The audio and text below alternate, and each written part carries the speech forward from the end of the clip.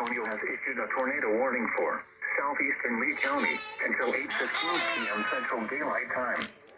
At 7:36 p.m. Central Daylight Time, a severe thunderstorm capable of producing a tornado was located over Giddings, moving northeast at 30 miles per hour.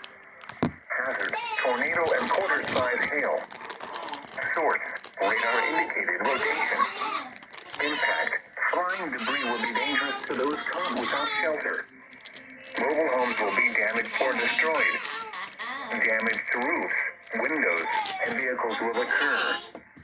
Tree damage is likely. Locations impacted include Giddings, Dime Box, Lake Somerville State Park and Trailway, Lincoln, Lowball and Old Dime Box. Take cover now. Move to a basement or an interior room on the lowest floor of a sturdy building.